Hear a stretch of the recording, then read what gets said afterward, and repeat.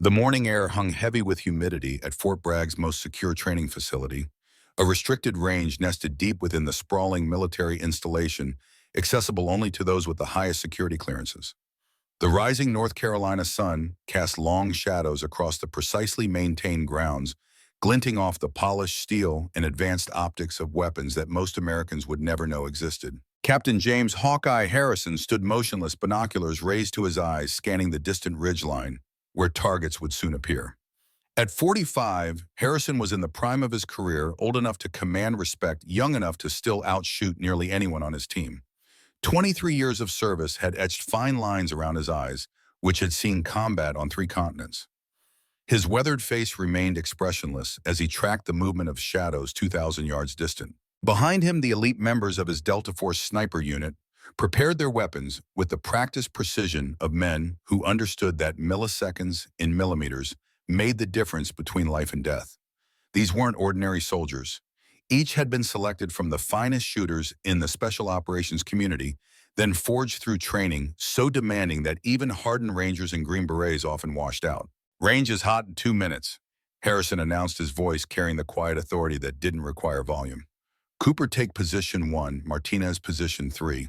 Cooper Deadeye Williams, the youngest and most naturally gifted shooter on the team, moved with a swagger that bordered on arrogance. At 28, he'd already established himself as perhaps the finest pure shooter the program had produced in a decade. His custom Barrett Emerald in 338 Lapua Magnum represented the pinnacle of modern sniper technology, a $12,000 system capable of consistent sub-MOA groups at ranges exceeding 1,500 yards. "Gonna be some beautiful shooting today, Cap," Cooper said, dropping into position behind his rifle. "Just got the new tangent theta scope mounted. 35 power magnification illuminated reticle ballistic calculator built in. This baby can practically shoot itself." Harrison nodded without comment. Cooper's confidence was both his greatest asset and his most dangerous liability. The captain had seen too many naturals whose talents fostered complacency with devastating consequences in the field. Staff Sergeant Antonio Martinez settled into position 3, methodically arranging his equipment. At 42, he was the oldest active shooter on the team, a veteran of countless classified operations dating back to the First Gulf War. Unlike Cooper, Martinez handled his weapon, an M110A1 SAS semi-automatic sniper system, with the reverent respect of a man who understood intimately what it meant to take a life through crosshairs. "Wind's tricky today," Martinez murmured almost to himself. "Coming off the ridge in gusts. Might play hell with the long shots." The rest of the 6-man team took their positions along the firing line, specialists Jackson, Reynolds, and Taylor, each man a lethal instrument of American military power, each carrying a rifle that represented the cutting edge of weapons technology. Harrison glanced at his watch. "StarTech's in 60 seconds. Remember, this isn't just about hitting targets. We deploy next month for Operation Mongoose. The intelligence suggests our opposition has enhanced counter-sniper capabilities. They'll be using the latest Russian thermal detection systems, so speed matters as much as accuracy." A ripple of focused intensity passed through the men. Operation Mongoose wasn't just another training exercise. Their target was Alexei Korzakov, a former SVR agent who had established a sophisticated terrorist network with deep connections to the Kremlin. According to intelligence, Korzakov was planning an attack on the upcoming European Security Summit in Berlin. 6 heads of state would be present, including the American president.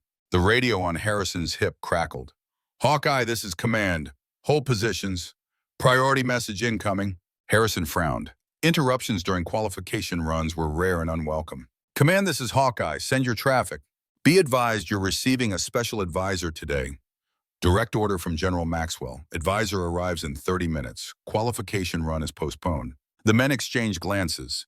General William Maxwell was the commanding officer of all special operations activities in the European theater, a legend who had risen through the ranks of Delta Force in the 1980s before ascending to the highest levels of military command. "Copy that," Harrison replied, already wondering what kind of advisor warranted direct intervention from a 2-star general. "Any other details we should know?" The radio crackled again, the voice on the other end dropping slightly. "Advisor's code name is Ghost Arrow. That's all the information available at this time." Cooper lowered his rifle, curiosity overtaking his disappointment at the delayed qualification. "Ghost Arrow sounds like some Native American call sign from Vietnam era." Martinez's head snapped up, his normally impassive face showing a flash of recognition. "No way," he muttered. "Can't be him." Harrison turned. "You know something about this advisor, Martinez?" The older shooter hesitated. "Just old stories, sir. Ghost Arrow was supposedly a deep black CIA asset during the Cold War, specialized in untraceable eliminations. Used a bow and arrow instead of a rifle." Cooper laughed. "A bow and arrow. What is this, the Middle Ages? Someone's yanking our chain." But Martinez wasn't laughing. The story goes he took out a Soviet general in East Berlin in '72. Arrow through the heart from 600 yards. No sound, no bullet signature for counter snipers to trace, no shell casings left behind. Perfect deniability for the agency. "Sounds like bullshit spy novel material," Cooper scoffed. Harrison remained silent, his mind working through the implications. If General Maxwell himself was sending an advisor to their unit just weeks before Operation Mongoose, there must be critical information. They needed information that might mean the difference between success and failure. "Secure your weapons," he ordered. "Clean up the range. If we're receiving a VIP, I want this place spotless." The men complied, though Cooper made no effort to hide his skepticism. "So we're postponing qualification to entertain some relic from the Cold War who thinks a stick and string is superior to modern ballistics. This ought to be good." Harrison fixed him with a hard stare. "That relic apparently has General Maxwell's complete confidence. Until I hear otherwise, that's good enough for me." As the team secured their equipment, a distant rumble of helicopter rotors drifted across the range. Not the heavy thump of a military transport, but the lighter signature of a civilian model. Unusual for the restricted airspace of Fort Bragg. "Looks like our guest has arrived early," Harrison noted, lifting his binoculars again to track the approaching aircraft. It was a sleek Bell 505 with civilian markings descending toward the small helipad adjacent to the range. The men gathered behind Harrison, curiosity evident on their faces as the helicopter settled onto the concrete pad, its rotor slowly spinning down to silence. For several moments, nothing happened. The pilot remained visible in the cockpit, but no passengers emerged. Then as the rotors came to a complete stop, the side door slid open. A tall, lean figure stepped out, an old man, his movements deliberate but fluid. From a distance, the team could make out stark white hair against tanned, weathered skin. He wore no uniform, no military insignia of any kind, just simple khaki pants, a faded blue button-down shirt, and well-worn leather boots. Over one shoulder hung a canvas rucksack. But what caught every man's attention was what he carried in his right hand, a long wooden bow, unstrung, its surface polished by what must have been decades of use. "You've got to be kidding me," Cooper muttered. "We're seriously taking advice from Grandpa Robin Hood." Martinez said nothing, but his expression had turned deadly serious, eyes fixed on the approaching figure with something close to reverence. The old man walked toward them with unhurried confidence, his eyes pale blue and unnervingly sharp, taking in the range and the assembled shooters with a single sweeping glance. Despite his age, which Harrison estimated at 70 or more, he moved with the balanced precision of a man intimately familiar with how to cover ground efficiently. Harrison stepped forward to meet him. "Sir Captain James Harrison, Delta Force Sniper Detachment Commander. We were notified you'd be joining us today." The old man stopped, shifting the bow to his left hand before extending his right. His handshake was firm, dry, and calloused. "Walter Sullivan," he said simply, his voice a graveled whisper that somehow carried clearly in the morning air. "Appreciate the welcome, Captain." No rank mentioned, no credentials offered, just a name that Harrison didn't recognize from any briefing or military history he'd studied. Sullivan's eyes moved past him to the assembled team, lingering momentarily on each face as if cataloging details for future reference. When his gaze settled on Martinez, a flicker of recognition passed between them. "Staff Sergeant Martinez?" Sullivan nodded. "Beirut, 1994, French embassy operation. You made a fine shot under difficult circumstances." Martinez stiffened, surprise evident on his face. You were there, sir." "Observing," Sullivan replied, offering no further explanation for how he knew about a classified operation nearly 30 years in the past. Cooper stepped forward, making no effort to hide his skepticism. "With all due respect, sir, we're preparing for a critical mission. General Maxwell said you'd be advising us, but I'm having trouble understanding what expertise you're bringing to a modern sniper detachment." Sullivan turned to him, those pale blue eyes seemingly looking through rather than at the young sniper. He didn't immediately respond, instead glancing at the Barrett rifle still cradled in Cooper's arms. "MRAD 338 La Pua, Effective range about 1,700 yards in ideal conditions, Sullivan observed. Custom tangent theta optic. Suppressor. Bipod appears to be carbon fiber atlas. Fine weapon. Cooper blinked, surprised by the old man's immediate and accurate assessment. Sullivan continued, his voice remaining even. You favor a cheek weld slightly too high for optimal recoil management. Creates a minor flinch you have compensated for at shorter ranges, but it's affecting your groups beyond 1,200 yards. 3 millimeters at that distance makes the difference between incapacitation and kill. The young sniper's face flushed with a mixture of embarrassment and anger. How could you possibly? You've also been anticipating the shot, Sullivan continued calmly. Millisecond of tension before trigger, break, creates lateral pressure. Subtle but enough to throw your longest shots in moderate wind conditions. Harrison watched the exchange with growing interest. Sullivan had been on the range less than 5 minutes and had already diagnosed shooting issues that he himself had noted in Cooper's last evaluation. Gentlemen, Harrison interjected, sensing Cooper's building resentment. Mr. Sullivan is here at the direct request of General Maxwell. I suggest we give him the courtesy of explaining why he's joined our team before making judgments. Sullivan nodded appreciatively at Harrison, then addressed the group. I'm here because your upcoming operation involves an adversary I've encountered before. Alexei Korzhakov isn't working alone. He's the visible face, but the true architect behind the planned attack is someone far more dangerous, a man I know intimately. He paused, reaching into his rucksack to withdraw a thin file folder. From it, he extracted a black and white photograph that had clearly been taken with a long-range surveillance lens. It showed an elderly man with sharp Slavic features standing on a balcony overlooking what appeared to be a European city square. Mikhail Volkov, Sullivan said, passing the photo to Harrison. Former KGB, later SVR, codenamed Siberian Shadow. We crossed paths many times during the Cold War. Berlin, Prague, Istanbul, Beirut.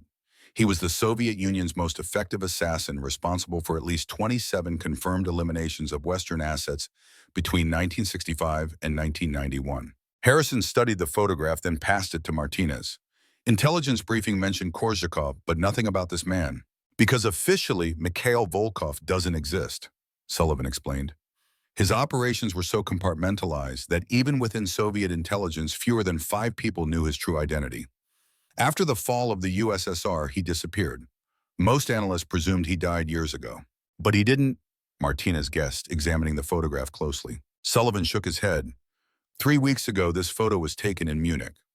Volkov is alive, and he's orchestrating what will likely be his final operation, an attack at the European Security Summit designed to destabilize NATO and trigger a new Cold War that would benefit Russian strategic interests. Cooper, still bristling from Sullivan's earlier assessment of his shooting technique, interjected, With respect, sir, what does this have to do with your unconventional choice of weapon? Sullivan's weathered face remained impassive. Volkov knows every counter-sniper technique in existence. He can identify firing positions most snipers would consider perfect because he thinks the same way. He'll have thermal imaging, acoustic sensors, and spotters looking for the signature of a precision rifle shot. He lifted the bow slightly. This offers alternatives their technology won't be anticipating. Cooper couldn't suppress a derisive snort. You're suggesting we abandon our precision rifles for prehistoric technology. No offense, but the effective range of even the most powerful compound bow is what may be 100 yards for a kill shot. This isn't a compound bow, Sullivan replied evenly. It's an English longbow U-wood, 120-pound draw weight. And in Berlin 1972, I put an arrow through a Soviet general's heart at 600 yards with it. Silent, untraceable. The KGB spent months looking for a sniper who never existed. The claim hung in the air, outrageous enough that even Martinez looked dubious now. Harrison cleared his throat. Mr. Sullivan, while we respect your experience, modern combat operations require... I'm not suggesting you abandon your weapons, Captain, Sullivan interrupted. I'm suggesting you expand your thinking. Volkov expects snipers with rifles. He's prepared for that. He's not prepared for what he believes is extinct, the kind of hunter who existed before gunpowder. He glanced up at the sky, noting the position of the sun. I understand your skepticism. It's natural. So let me propose something practical. Allow me access to Lane 7 on your range. Let me demonstrate what this prehistoric technology can accomplish. Then you can decide whether my insights have value for your operation. Harrison hesitated, weighing the request. General Maxwell's orders had been clear: give Sullivan whatever assistance he requested. Yet putting an elderly civilian on a live fire range with a bow and arrow seemed problematic at best, potentially dangerous at worst. Lane 7 is our extended range, Harrison explained. Targets out to 2,000 yards. It's designed for precision rifles, not... I'm aware of the layout, Sullivan nodded. I reviewed the schematics before arriving. Martinez stepped closer to Harrison, lowering his voice. Sir, if this really is Ghost Arrow, I've heard things about this man. Things that weren't in any official record. Cooper overheard. Ghost Arrow, seriously, we're buying into this comic book nonsense now. Sullivan watched the exchange with the patient expression of a man who had faced skepticism many times before. He said nothing, simply waiting for Harrison to make his decision. After a moment, Harrison nodded. Lane 7 is yours, Mr. Sullivan. We'll observe from the control station. Sullivan inclined his head in acknowledgement. Thank you, Captain. One more thing, I'll need a spotter to confirm impacts. I'll do it. Martinez volunteered immediately. No, Cooper interjected, stepping forward. I'll spot. If we're really going to entertain this, I want to see the results firsthand. Sullivan studied the younger man, a faint smile touching his lips for the first time. As you wish. As Sullivan moved toward Lane 7, the team fell in behind him, a mixture of skepticism and curiosity on their faces. Cooper walked alongside Harrison, keeping his voice low. This is a waste of valuable training time, sir. There's no way an old man with a stick in string is hitting anything beyond a few hundred yards. Harrison kept his eyes on Sullivan's back. Then you'll have concrete evidence to dismiss his advice. But until then, we follow orders and keep an open mind. Sullivan reached Lane 7 and set down his rucksack. With methodical precision, he began assembling his equipment, removing a string from a waxed leather pouch, a quiver of arrows with fletchings that appeared to be actual goose feathers, and what looked like a small leather shooting glove. Cooper watched with undisguised skepticism as Sullivan carefully strung the bow, the wooden stave bending into its characteristic curve with a tension that spoke of tremendous stored energy. The process was performed with such practiced efficiency that it seemed like a ritual one performed countless times over many decades. Target distance, Sullivan asked, testing the bowstring's tension with a practiced pull. Let's start reasonable, Harrison suggested. 500 yards. Sullivan nodded, reaching into his quiver to select an arrow. The shaft was wooden, meticulously crafted, the head a gleaming metal point that caught the morning sun. Wind is approximately 8 miles per hour from the southwest, Sullivan noted, glancing at the distant trees, shifting slightly with the terrain features. Cooper raised his high-powered binoculars, focusing on the 500-yard target, a standard steel silhouette used for qualification shoots. Target acquired. Center mass shots only count. Sullivan took a position that seemed casual to the uninitiated eye, but Harrison, a student of combat techniques beyond just marksmanship, recognized the perfectly balanced stance that distributed weight evenly between both feet. The old man knocked his arrow and raised the bow in a single fluid motion, drawing the string back to his cheek with a smoothness that belied the tremendous strength required to pull 120 pounds of draw weight. For a moment, he held the position motionless, his breathing so controlled it was barely perceptible. Then, with no discernible trigger movement, the arrow was gone, released with a soft twang that seemed absurdly quiet compared to the rifles the team was accustomed to. Cooper tracked the arrow's flight through his binoculars, expecting it to fall far short of the target. Instead, his mouth dropped open as the arrow slammed directly into the center of the steel silhouette with an audible clang that echoed across the range. Hit, he announced, unable to keep the surprise from his voice. Center mass. Sullivan nodded as if this outcome was entirely expected and selected another arrow. Adjust the target to 700 yards. Harrison gave the order, and downrange the target system reconfigured, sliding the steel silhouette back to the new distance. Again, Sullivan drew, held, and released with the same fluid economy of motion. Again, the arrow flew true, striking the target dead center. Hit! Cooper confirmed his skepticism, giving way to grudging curiosity. 900 yards, Sullivan requested. The process repeated, another perfect hit. 1,200 yards. At this distance, the steel silhouette was barely visible to the naked eye, appearing as a small dark rectangle against the earthen backstop. The team now gathered behind Cooper, all pretense of disinterest abandoned as they watched Sullivan select another arrow. This time, Sullivan closed his eyes for several seconds before drawing the bow, as if listening to something only he could hear. When his eyes opened, they had a focused intensity that transformed his entire demeanor. The arrow leapt from the bow at a much higher angle, arcing high into the sky before descending toward the distant target. Hit! Cooper announced, astonishment now evident in his voice. How are you calculating the ballistics for this? There's no way you can— I'm not calculating, Sullivan interrupted softly. I'm listening. To what? The wind. It speaks if you know how to hear it. Sullivan gestured toward the distant hills. Feel how it's shifting around those ridges, creating eddies and currents in the air. Your instruments tell you the surface wind, but they miss the layers above and between. Cooper lowered his binoculars, studying Sullivan with new interest. No rangefinder, no ballistic calculator, no wind meter, just— what intuition? Experience, Sullivan corrected.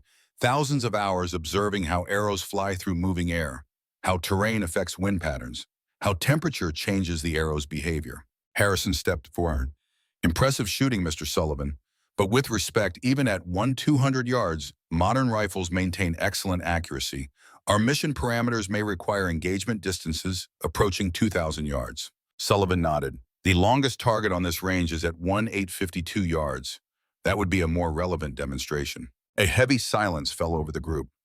Even with the finest modern rifles and optics, shots beyond 1,500 yards entered the realm of extreme long-range shooting, where variables multiplied exponentially and success rates dropped dramatically. That's a mile of distance, Cooper said. No bow in history could— Perhaps you'd like to attempt it first, Sullivan suggested, his tone still courteous, but carrying an undertone of challenge. With your rifle, so we have a baseline for comparison.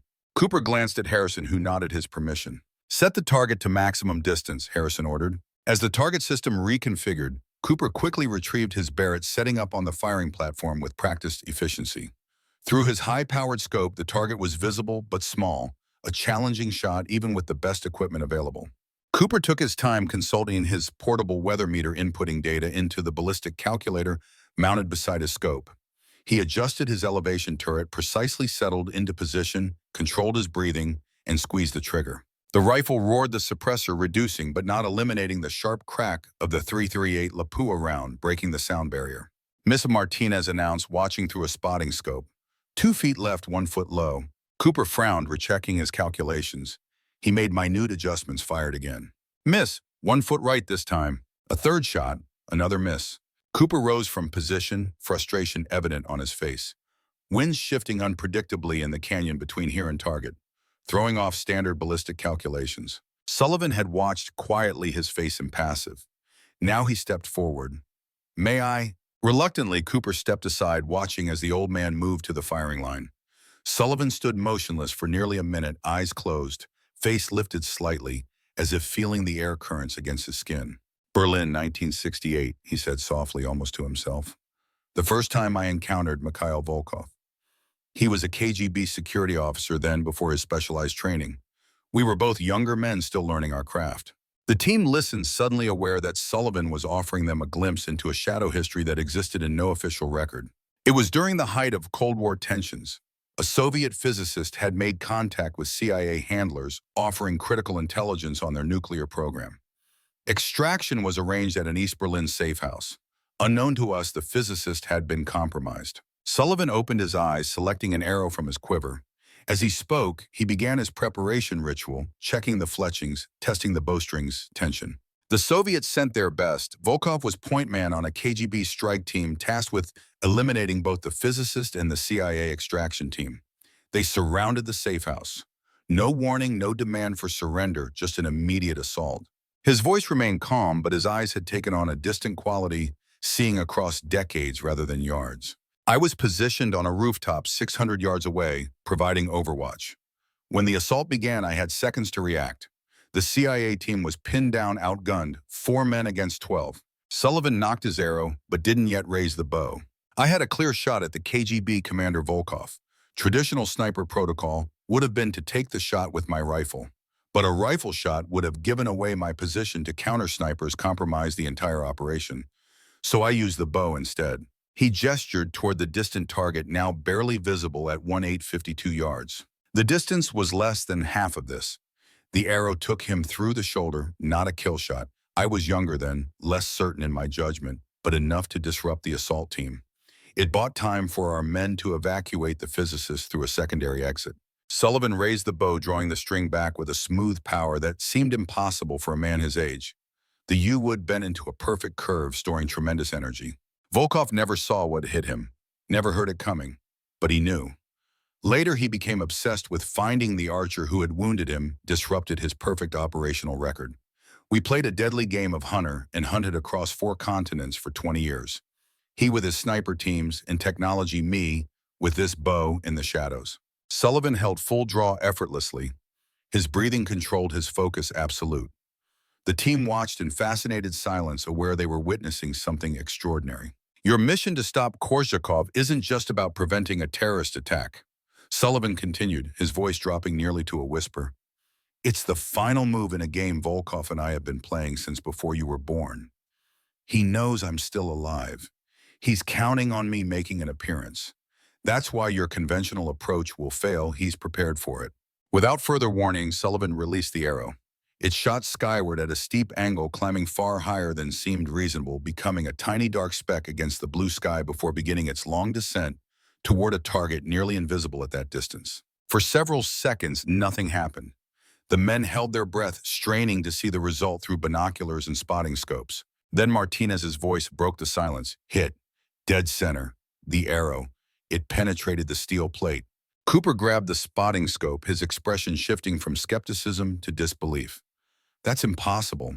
No bow could generate enough kinetic energy to... The sound of approaching vehicles interrupted him. 3 black SUVs with military plates were approaching the range at high speed. Harrison straightened. Looks like command is taking an interest in our guest. The vehicles pulled up in a precise formation. From the lead SUV emerged a tall, broad-shouldered man with close-cropped silver hair and the bearing of someone accustomed to instant obedience. The 2 stars on his uniform identified him immediately. General Maxwell, Harrison announced, bringing his team to attention. Maxwell approached briskly, his eyes fixed not on Harrison or the team, but on Sullivan. The 2 men regarded each other for a long moment before Maxwell extended his hand. It's been a long time, Walter. Sullivan clasped the offered hand. 20 years at least. Berlin Wall was still coming down, as I recall. 1991, Maxwell confirmed. Operation Winterhawk. A flicker of shared memory passed between the 2 men, some unspoken understanding of events the others could only guess at. Maxwell turned to Harrison and his team. At ease, gentlemen. I see you've met our special advisor. Yes, sir, Harrison replied. Mr. Sullivan was just demonstrating some unconventional capabilities. Maxwell's expression remained serious. What Mr. Sullivan has demonstrated is just the beginning. Captain Harrison, your team has been selected for Operation Mongoose because you're the finest long-range shooters in our arsenal. But this mission requires more than technical proficiency with a rifle. It requires the kind of thinking that doesn't come from modern military doctrine. He gestured toward Sullivan. This man represents a different era of warfare, before satellites, before thermal imaging, before computers calculated ballistic solutions. He operated in environments where technology failed, where the only reliable tools were human skill and judgment. Cooper stepped forward. Sir, with respect, we just witnessed Mr. Sullivan place an arrow on target at 1852 yards. That exceeds the documented capabilities of even modern compound bows by a factor of 3. How is that possible? Maxwell smiled thinly. That's precisely why he's here, specialist, to teach you what's possible beyond the limitations of your training. The general turned to Sullivan. The file has been unsealed. Limited distribution, need to know only, but these men need to know. Tell them. Sullivan nodded, then addressed the team. From 1965 to 1991, I was part of a classified CIA program codenamed Artemis. We were a small unit of specialized operatives trained to conduct deniable eliminations in situations where conventional methods were impractical or would create unwanted attribution. He ran a hand along the smooth curve of his bow. The longbow was my specialty. Silent leaves no ballistic signature, no shell casings, no gunshot residue. In hostile territory, that meant I could operate without support, without extraction plans, sometimes for months at a time. Artemis, Martinez repeated, named after the Greek goddess of the hunt. Sullivan nodded. 23 operatives total over the program's existence. Only 4 of us are still alive. Maxwell took over. Mr. Sullivan conducted 41 confirmed operations across the Soviet bloc, Middle East, and South America. His methods and technologies remain classified at the highest levels. But you need to understand what you just witnessed wasn't a trick or a fluke. It was the product of specialized training and technologies developed specifically for deniable operations during the Cold War. Cooper's skepticism had given way to intense curiosity. The arrow that penetrated steel at nearly 2,000 yards, that's not standard equipment. No, Sullivan acknowledged. The arrows I use incorporate certain adaptations developed by Artemis technicians, lightweight composite materials in the shaft that weren't available commercially, specialized broadheads designed for specific targets and distances. Harrison processed this information, his tactical mind already considering implications. And you believe these methods are relevant to Operation Mongoose because Mikhail Volkov knows every counter-sniper technique in existence, Sullivan explained. He helped write the Soviet manuals on the subject. He'll have Korzakov's team prepared for conventional snipers, but he won't be expecting methods he believes died with the Cold War. Maxwell nodded gravely. Gentlemen, for the next 2 weeks, Mr. Sullivan will be conducting specialized training with your unit. You will learn techniques that exist in no formal military doctrine. Some of what he teaches will seem to contradict everything you know about long-range shooting. I expect you to approach this with open minds. The general turned to Sullivan. The facility is yours, Walter. Full access, whatever you need. Sullivan inclined his head in acknowledgement. Thank you, General. We'll start immediately. As Maxwell departed, the team gathered around Sullivan with new respect in their eyes, all except Cooper, who still maintained a wary distance. How does an arrow maintain accuracy at that distance? He asked, professional curiosity overcoming his initial skepticism. The ballistic coefficient of an arrow shaft should create too much drag for... Sullivan held up a hand. Before we discuss technical specifications, I need to understand what we're working with. He gestured to the firing line. Each of you take your position. 5 shots at the 200-yard target. I want to see how you shoot, how you breathe, how you process information. As the team moved to comply, Harrison stepped closer to Sullivan. Sir, can I ask you something directly? Of course, Captain. This mission stopping Korzakov and Volkov. It's personal for you, isn't it? Sullivan's weathered face remained impassive, but something flickered behind his pale blue eyes. A ghost of old pain, perhaps, or the weight of unfinished business carried across decades. Volkov and I have unfinished business, he acknowledged quietly. In 1989, just before the Berlin Wall fell, we had our final direct confrontation. He nearly killed me. I nearly killed him. We both walked away with scars. He glanced toward the distant target where his arrow still protruded from the steel plate. But to answer your real question, yes, it's personal, but not in the way you might think. It's not about revenge. It's about responsibility. Volkov is the product of a system that no longer exists, but his skills and his capacity for harm remain intact. I let him live once. The consequences of that decision are my responsibility to address. Harrison nodded slowly, beginning to understand the weight this old warrior carried. Then we'll help you finish it. Sullivan turned to him, a faint smile touching the corners of his mouth. No, Captain, I'm here to help you finish it. This is your mission. I'm just here to ensure you have every possible advantage against an adversary who has spent a lifetime eliminating advantages. He gestured toward Cooper, who was already setting up his rifle. Your young specialist there, his natural talent exceeds anything I possessed at his age. But talent isn't enough against someone like Volkov. He needs to understand that the most dangerous weapon isn't his rifle. It's his mind. As the team prepared for their demonstration, Sullivan moved to a position where he could observe each man's technique. His pale eyes missed nothing: the minute adjustments of finger pressure, on triggers the subtle shifts in breathing patterns, the microsecond hesitations that separated good shots from perfect ones. For the first time, the Delta Force snipers felt themselves being evaluated, not just on their results, but on the invisible processes that led to those results. It was a new and somewhat unsettling experience for men accustomed to being at the pinnacle of their profession. One by one, they fired their 5-shot groups, each man demonstrating the extraordinary skill that had earned them places in this elite unit.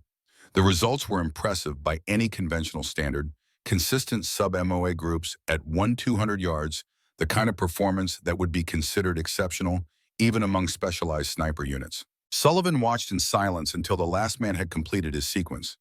Then he walked slowly down the line, studying the target report printouts that showed each shot's exact placement. Impressive technical proficiency, he acknowledged.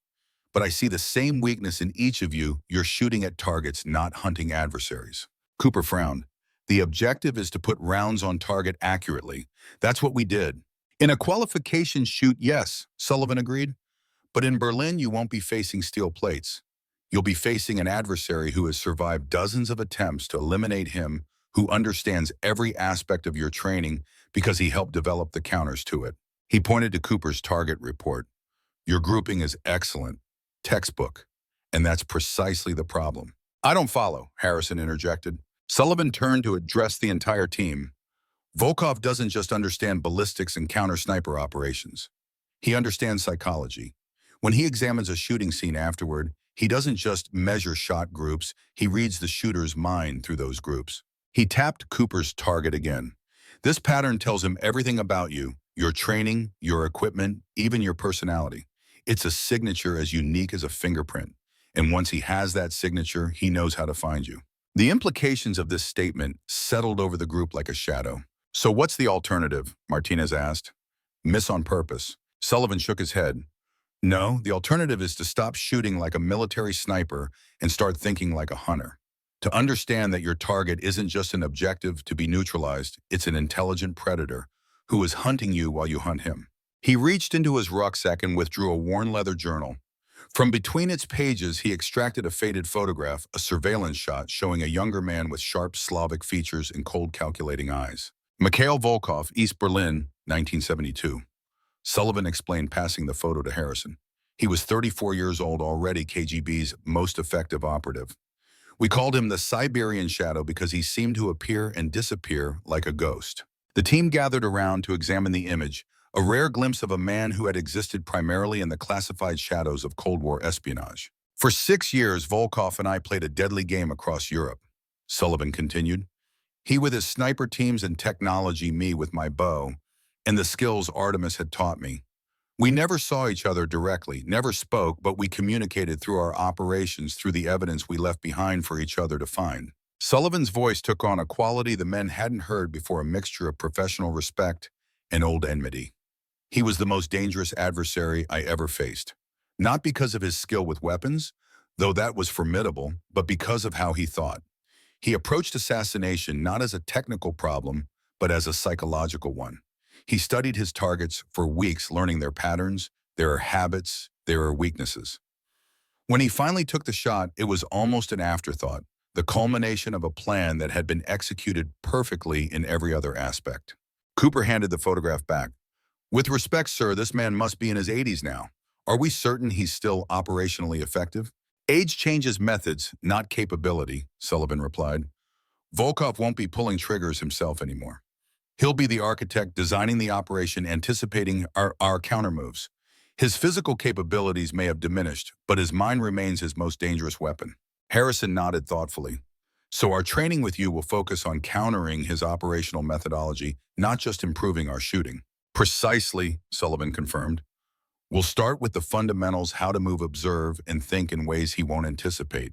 Then we'll progress to more specialized techniques. He gestured toward his bow.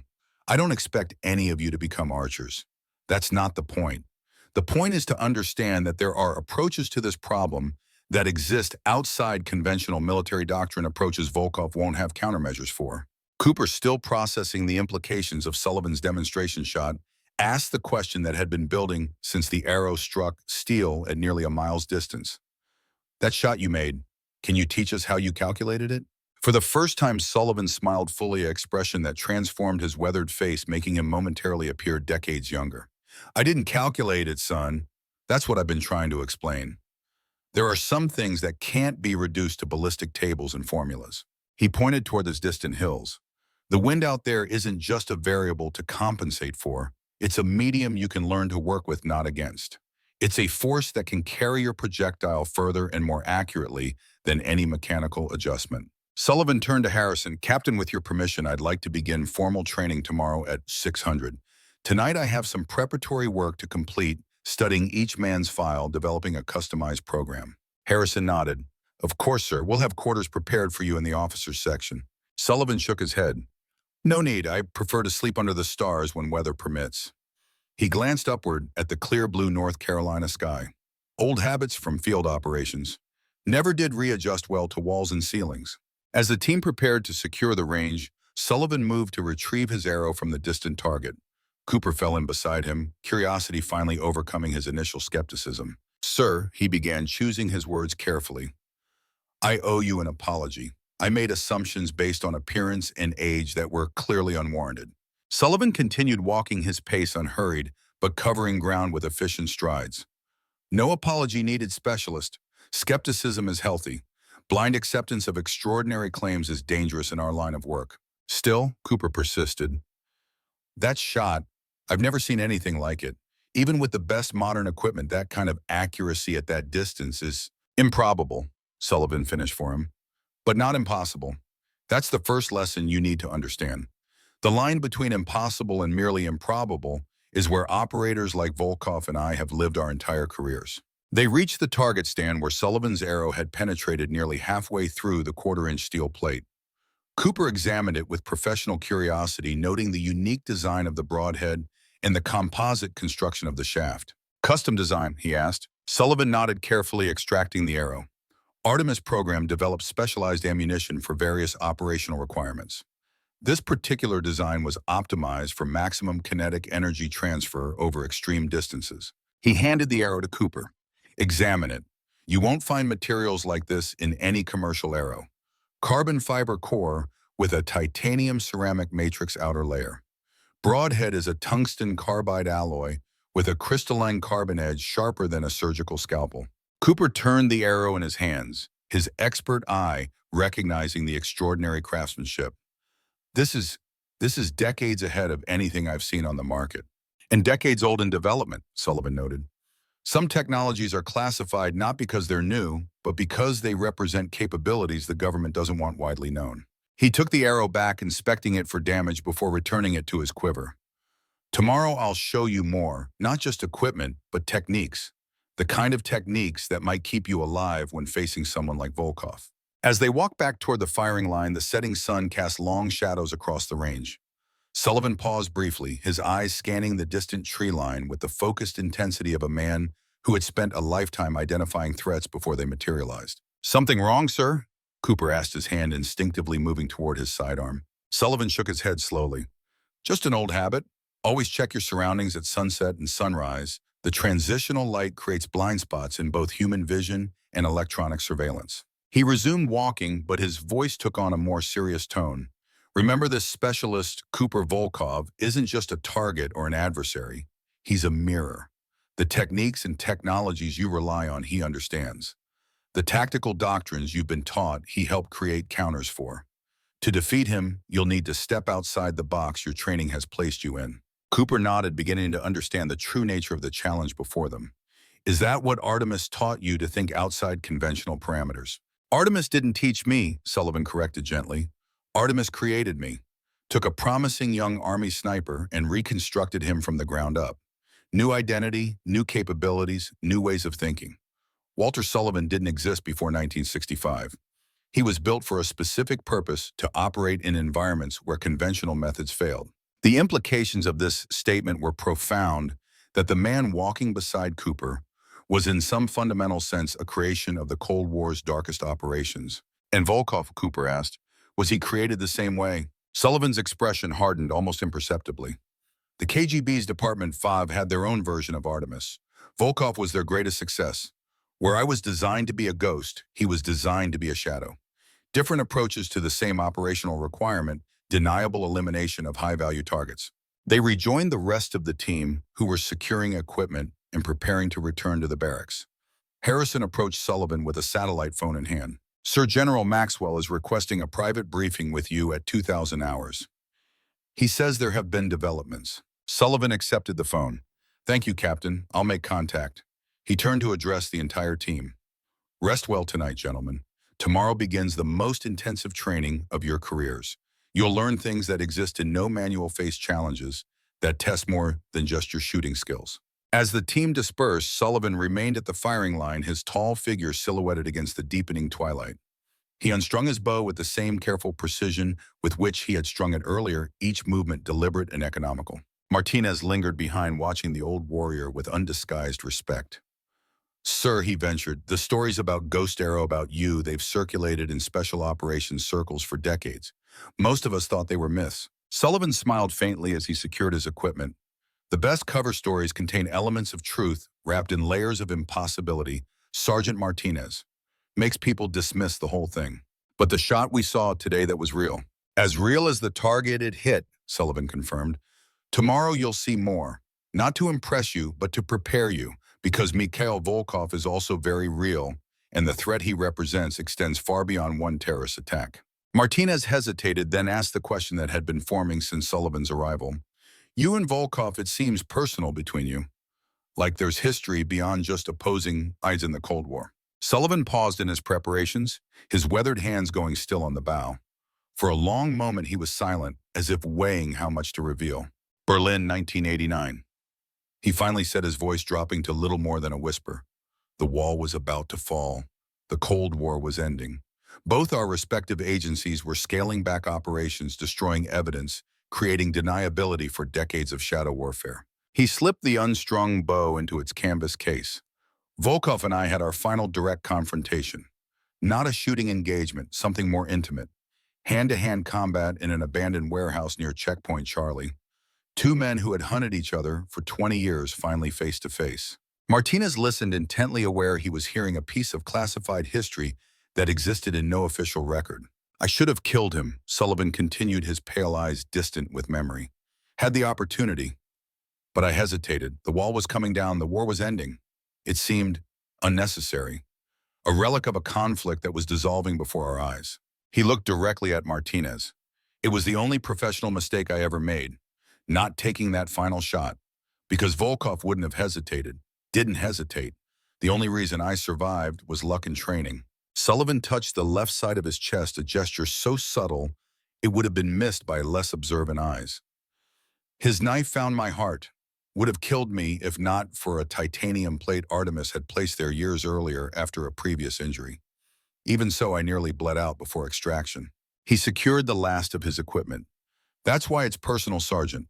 Not because of ideology or patriotism, but because I made a judgment call based on the belief that an era was ending. I was wrong. Men like Volkov don't end with political systems. They adapt, survive, re-emerge when conditions favor them again. Sullivan shouldered his rucksack. Remember that lesson above all others. The mission you're preparing for isn't just about stopping one terrorist attack. It's about finishing business that should have been concluded 30 years ago. As the last light faded from the sky, Sullivan walked alone toward the distant tree line, a solitary figure carrying the weight of a shadow war most Americans never knew existed. Behind him, the Delta Force team watched with new understanding of both the man and the mission before them. The Ghost Archer had returned from the past, bringing with him skills and knowledge from an era of warfare conducted without satellites, without computers, without the technology modern soldiers took for granted. Whether those skills would prove decisive against an adversary like Volkov remained to be seen. But one thing was certain, the rules of engagement had just changed dramatically. Dawn broke over Fort Bragg with the soft golden light that precedes full morning heat. The air held a momentary stillness, as if the world were holding its breath before the day began in earnest. At precisely 05:45 hours, 15 minutes before the appointed training time, Captain Harrison arrived at the range to find Walter Sullivan already there. The old archer sat cross-legged on the firing line, his longbow laid across his knees, eyes closed in what appeared to be deep meditation. He didn't acknowledge Harrison's approach, though the captain was certain Sullivan was aware of his presence.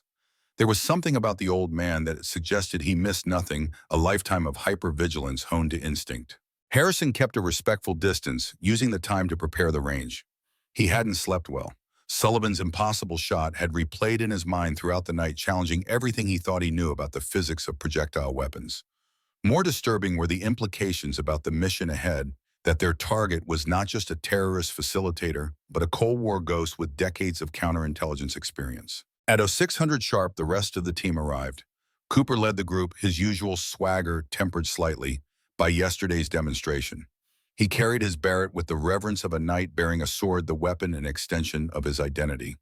Behind him came Martinez, then the others, Jackson, Reynolds, and Taylor, each carrying their precision, rifles, and equipment. Sullivan's eyes opened as they approached the pale blue irises, focusing with unnerving intensity. He rose to his feet in a single fluid motion that belied his age, no hint of stiffness or discomfort, despite having apparently sat motionless for hours. "Good morning, gentlemen," he said, his graveled voice carrying easily in the still air. "Today we establish baselines. I need to understand your capabilities before I can adapt your training appropriately." He gestured toward the range. We'll begin with a simple exercise. 5 targets, progressive distances, 500, 800, 1, 200, and 1, 500 yards. 3 shots at each target, standard scoring rings. But, he paused, eyes scanning each man's face. There's a complication. You'll have only your basic optics. No rangefinders, no wind meters, no ballistic computers. Cooper frowned. Sir, that's not how we operate in the field. We use every technological advantage available. Of course you do, Sullivan nodded. And that's precisely why we're stripping them away for this exercise. I need to see your fundamental skills without augmentation. Volkov's countermeasures will target your technology first, electronic warfare sensor disruption, even simple environmental factors that corrupt digital readings. He moved to a small table where 5 sets of identical rifle scopes were laid out. These are standard Leopold Mark V optics. No electronic components, no illuminated reticles. Pure glass and mechanics. When technology fails, this is what remains. The men exchanged glances, their discomfort evident. Modern snipers relied heavily on their advanced systems, particularly for extreme long-range engagements. Removing those tools was like asking a surgeon to operate without monitors. Captain Harrison will go first, Sullivan announced, followed by Sergeant Martinez, then Specialists Cooper, Jackson, Reynolds, and Taylor. Harrison nodded, stepping forward to mount the unfamiliar scope to his rifle. It felt like a regression, a step backward in time to an earlier era of marksmanship. But there was wisdom in Sullivan's approach. Skills that didn't depend on electronics couldn't be disrupted by electronic countermeasures. Taking position at the firing line, Harrison focused on controlling his breathing. Without his ballistic computer, he'd need to calculate holdovers, manually drawing on training that had been supplemented but never fully replaced by technology. 500 yards, Sullivan announced, when ready. Harrison settled behind his rifle, analyzing conditions through the simplified optic. The morning air was relatively still, but he could see subtle movement in the distant grass, a light breeze perhaps, 3 to 5, moving left to right. He made mental calculations, adjusting his aim slightly to compensate. 3 shots, 3 hits, all within the center scoring ring, though not quite touching each other. Good, Sullivan commented, his voice neutral. 800 yards. Harrison repeated the process, the mental calculations growing more complex with the increased distance. This time his grouping widened slightly, the variables multiplying with each additional yard. At 1,000 yards, the limitations of the simplified setup became more pronounced. One of Harrison's shots drifted to the edge of the center ring, the effect of an unexpected wind shift that his usual equipment would have detected and quantified. By 500 yards, the challenge was significant. Harrison managed to keep all shots on the silhouette, but precision had suffered noticeably. Without his full technological suite, the captain felt like he was shooting partially blindfolded. Martinez followed with similar results, excellent at moderate ranges, diminishing precision as distances increased. Cooper, despite his initial reluctance, performed admirably, his natural talent compensating somewhat for the stripped-down equipment. Sullivan observed each man carefully making notes in a small leather-bound journal, his weathered face revealing nothing of his assessment. When the last shooter had completed the course, he gathered the team.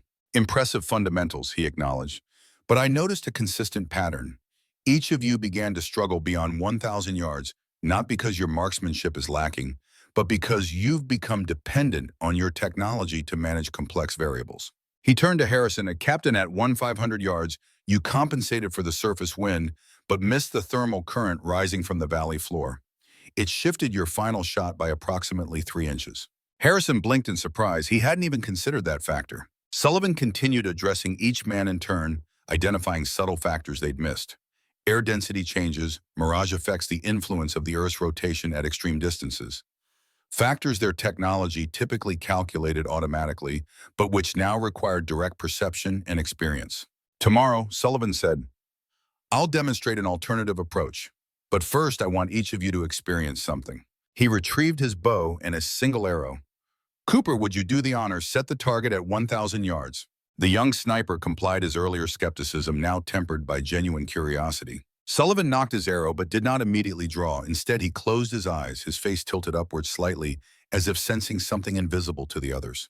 The wind isn't just a hindrance, he said quietly. It's information. It carries the signature of everything it passes over: temperature gradients, moisture content, terrain features. When you fight against it trying to calculate perfect compensation, you are working against nature. The alternative is to work with it. His eyes opened, focusing on some middle distance that seemed to exist between himself and the target. With a fluid motion, he drew and released in a single heartbeat.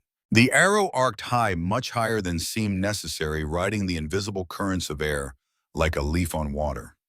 It disappeared against the bright sky before descending in a perfect trajectory to strike the center of the distant target. That wasn't calculation, Sullivan explained. It was conversation. The wind told me where to aim, how much power to apply. I simply listened. Cooper shook his head in amazement. With respect, sir, that sounds more like mysticism than tactical methodology. Perhaps, Sullivan conceded. But consider this, for most of human history, hunters and warriors operated without laser rangefinders or ballistic computers. The skills they developed weren't mystical. They were deeply empirical, based on thousands of hours observing nature's patterns. He handed Cooper an arrow. Hold this in the wind. Feel how it wants to orient itself. An arrow in flight isn't just a projectile, it's a weather vane constantly sensing and responding to the air it passes through. Your bullets do the same, but the interaction happens too quickly for you to perceive directly. As Cooper held the arrow in the breeze, Sullivan addressed the group. The difference between a good shot and a perfect shot often isn't better calculation, it's better perception. Seeing what others miss, feeling what instruments can't measure. Harrison stepped forward. How do we develop these skills in the limited time we have before deployment?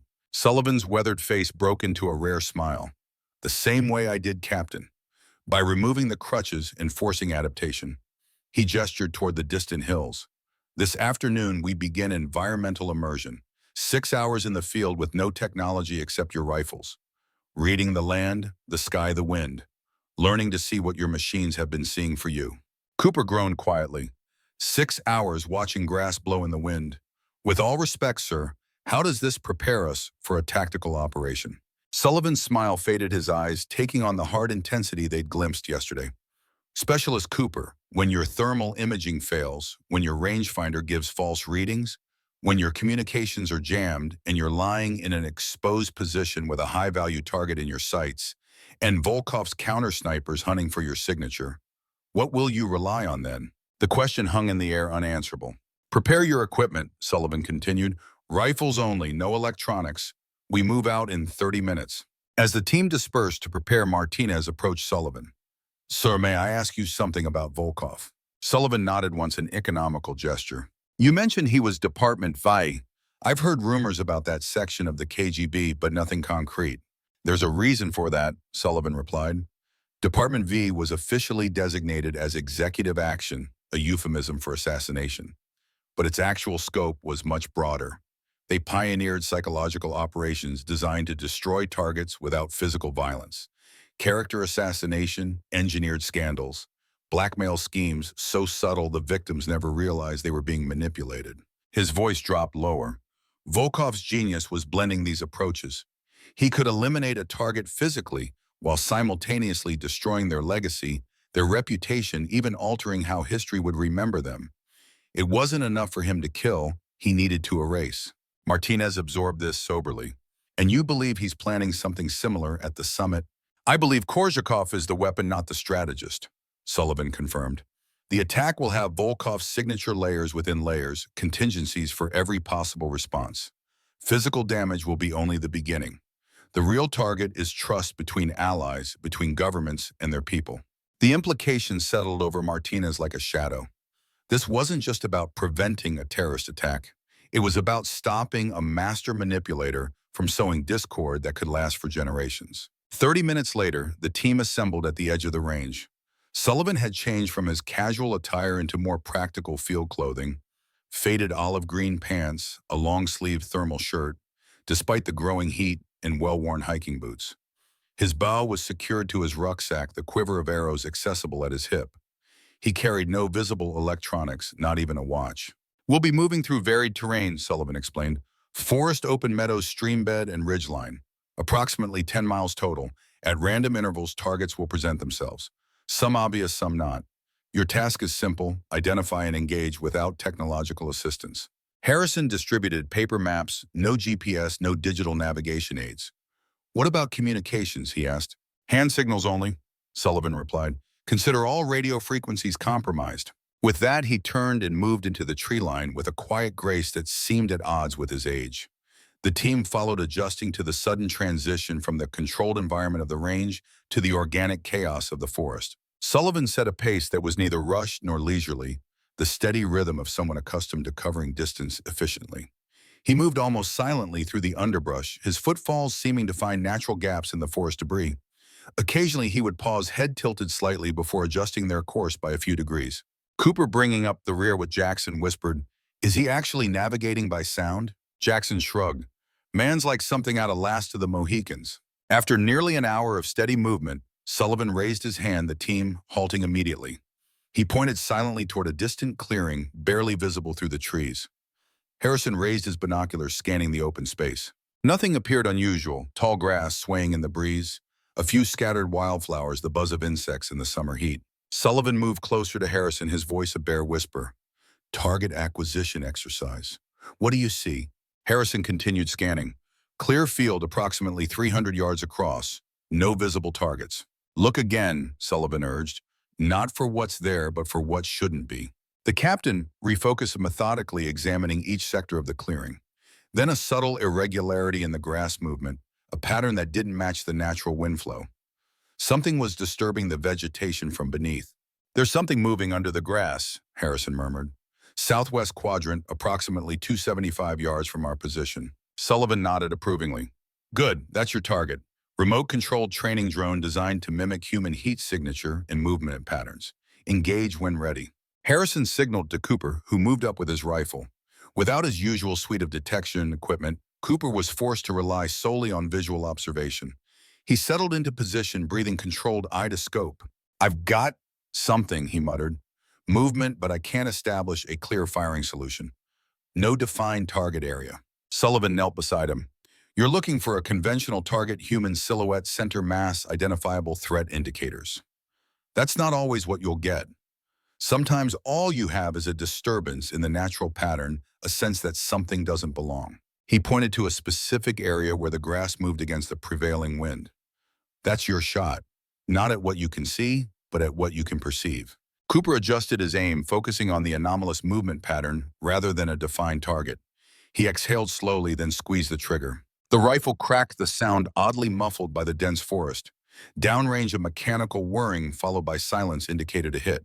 "Target neutralized," Sullivan confirmed. "Well done." As the day progressed, Sullivan led them through increasingly complex scenarios. A target concealed in the shadow patterns of a grove of trees. Another submerged in a shallow stream, visible only by the subtle distortion of water flow. A third mounted on a distant ridgeline, indistinguishable from the surrounding rocks, except for its slightly different thermal properties, perceptible only by the way heat waves shimmered above it. Each challenge forced the team to abandon conventional target acquisition protocols in favor of more intuitive observation.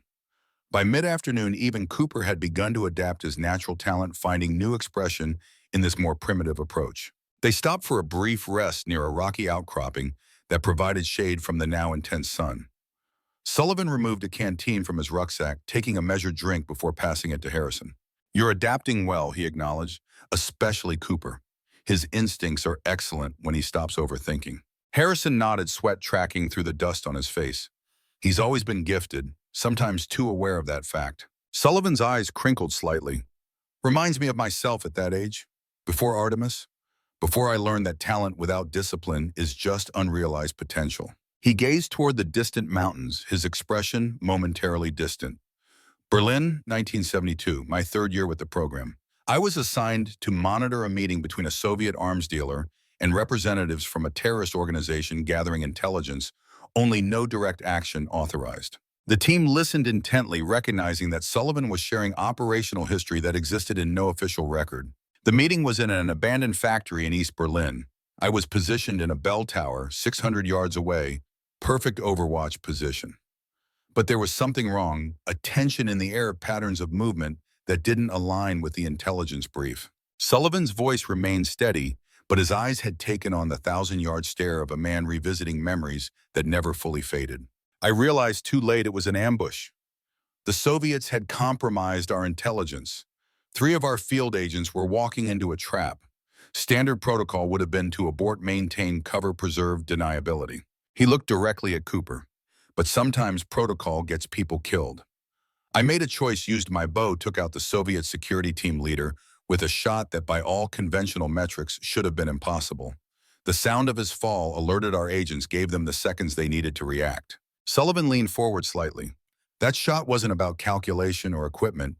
It was about recognizing a pattern deviation and responding intuitively. The wind that day was swirling between buildings, creating microcurrents that would have defeated any attempt at mathematical prediction. I succeeded because I stopped fighting the variables and started working with them. He stood gathering his equipment. That's what today is about. Not turning you into archers, but teaching you to see beyond your technological framework, to develop the kind of situational awareness that can't be digitized or disrupted. As they prepared to move out, the radio on Harrison's hip, supposedly turned off for the exercise, crackled unexpectedly to life. Hawkeye team, this is command. Priority message, authentication Sierra Echo 37. Harrison frowned, pulling out the radio he'd brought only for emergency communications. This is Hawkeye Actual. Go ahead, command. Be advised, secure satellite transmission incoming from General Maxwell. Return to base immediately for briefing.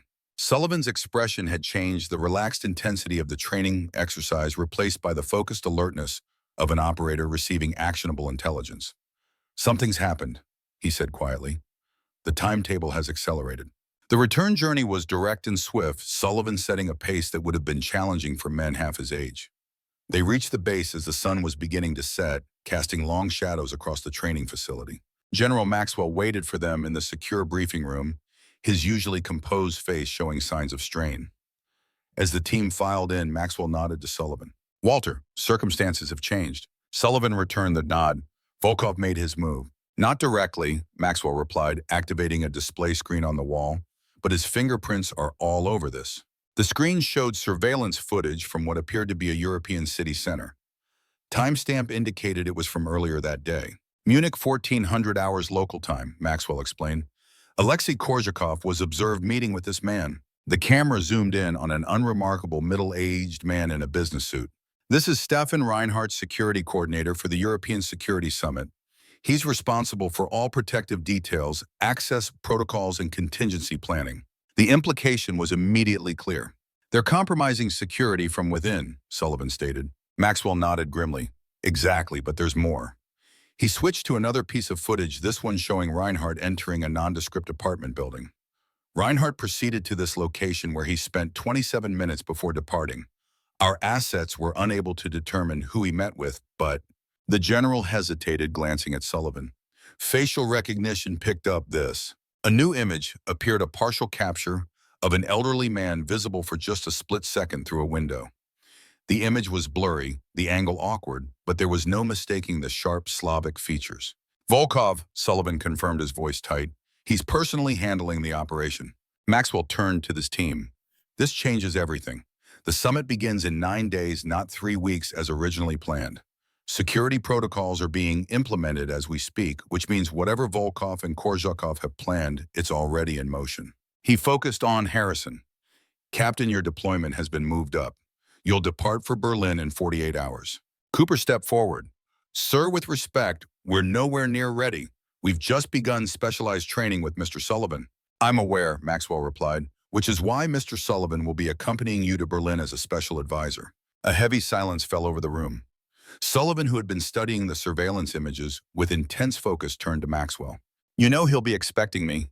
Counting on it, Maxwell confirmed, but he won't be expecting what you've been teaching this team. Sullivan's pale eyes narrowed slightly. It's not enough time. They need at least another week to internalize the techniques. There is no more time, Maxwell said flatly. Intelligence indicates Korzhakov's team has already begun positioning assets. We've identified 3 possible attack vectors, but without knowing the specific methodology, we can't narrow it further. He expanded a digital map on the display showing the summit venue and surrounding areas of Berlin. You'll coordinate with German BN and local police, but maintain operational autonomy. Official cover is enhanced security assessment, private contractor, status. Sullivan studied the map, his expression unreadable. To the others, it was just a tactical display. To him, it was a return to the battleground, where his decades-long shadow war with Volkov had played out across countless operations. I know what he'll do, Sullivan said quietly. Not the specific attack, but his methodology. Volkov never changes his fundamental approach: multiple layers, redundant systems, psychological dimension alongside physical. He'll have primary, secondary, and tertiary plans, all designed to accomplish the same strategic objective, even if tactically they appear different. He pointed to several locations on the map. These are the areas to focus on, not the obvious security concerns, but the secondary infrastructure, power distribution, communications hubs, water systems. Volkov thinks systemically, not in terms of individual targets. Maxwell nodded. I'll have intelligence assets redirect accordingly. The general turned back to the team. Get some rest. Tomorrow will be your final day of preparation before deployment. Make every hour count. As the briefing concluded, Sullivan remained behind, studying the surveillance images with the intense focus of a man reconnecting with an old adversary. Harrison approached quietly. You've been waiting for this, haven't you? A chance to finish what started in '89. Sullivan's weathered face revealed nothing, but his voice carried the weight of decades. Not waiting, Captain. Dreading. Men like Volkov and I were relics of a different era, a different kind of conflict. There was a clarity to it then. The lines were drawn, the stakes understood. He gestured toward the images on the screen. This is different. Volkov isn't serving a state or an ideology anymore. Whatever he's planning, it's personal now. And that makes him more dangerous than he ever was with the full resources of the KGB behind him. Harrison considered this soberly.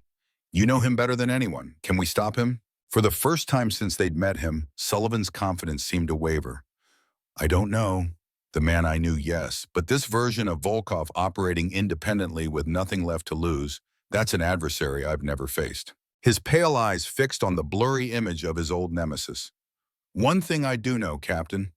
When we find him, when we disrupt his operation, and he'll have one final contingency, one last move designed specifically for me. A trap, Harrison understood. Sullivan nodded, a grim smile touching his lips. Volkov and I have spent decades trying to outthink each other. This is his endgame. He'll have studied every operation I ever conducted, analyzed every shot I ever took. He'll be expecting everything I taught you these past 2 days. So what do we do? Harrison asked. Sullivan turned away from the screen, his decision made. We give him exactly what he expects, and then we show him something new. Something even I haven't tried before. He headed for the door, purpose in every step. Gather your team, Captain. We have 24 hours to develop an approach that will surprise a man who hasn't been surprised in 50 years. As Sullivan disappeared down the corridor, Harrison was left with the unsettling realization that their mission had transformed. This wasn't just about preventing a terrorist attack anymore. It was the final move in a decades-long chess match between two master strategists, a game where the board was Berlin and the pieces included heads of state from across the Western world. And somehow his team had become the key to victory. Berlin in early autumn carried a particular quality of light golden and melancholy, as if the city itself remembered its divided past. From the rooftop observation platform of the Reichstag building, Walter Sullivan gazed across the transformed skyline, his weathered hands resting lightly on the concrete balustrade. So much had changed since he'd last operated here. Glass and steel towers now rose where watchtowers and barbed wire once stood. The wall that had defined his operational environment for decades existed now only as a tourist attraction, a painted line on cobblestones. Yet beneath the cosmopolitan veneer, Sullivan could still sense the old Berlin layers of history's secrets and shadows. This had been his proving ground, the chessboard where he and Volkov had played their deadliest games. Now, 30 years later, they had returned for the final move. Sir, Captain Harrison's voice broke through his reverie. German BND has cleared us for full access to the summit security protocols. They've incorporated your recommendations about the secondary infrastructure points. Sullivan nodded, his eyes still scanning the cityscape with the methodical precision of a man who had once memorized every potential firing position within 2 kilometers of the Berlin Wall. They won't be enough, he said quietly. Volkov will have anticipated conventional security measures. He's had months, perhaps years, to prepare.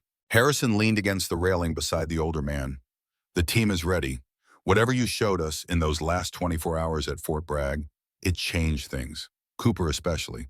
I've never seen him so focused. A ghost of a smile touched Sullivan's lips. The final day of training had pushed the young sniper to his limits and beyond them. Sullivan had introduced techniques that existed in no military manual approaches to long-range interdiction that combined ancient hunting wisdom with Artemis's classified methodologies. Most importantly, he'd begun teaching Cooper to use his natural talent not just as a shooter, but as a hunter to sense patterns, to anticipate movement, to become invisible, not through technology, but through harmony with the environment. He has potential, Sullivan acknowledged, but potential isn't enough against someone like Volkov. We need certainty. He turned to face Harrison directly. The summit begins tomorrow. Heads of state arrive tonight.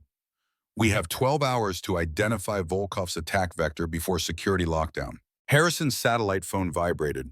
He checked the message, his expression tightening. It's from Cooper's team. They found something at the power distribution hub for the government quarter. We should move. 20 minutes later, their unmarked vehicle pulled up at a nondescript utility building 6 blocks from the summit venue. Cooper met them at the security entrance, his usual cockiness replaced by focused intensity. Sir, he addressed Sullivan directly, we found evidence of tampering with the primary power relays.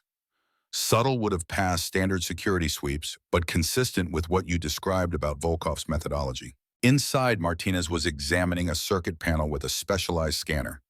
No explosive residue, he reported, but the fail-safe systems have been modified.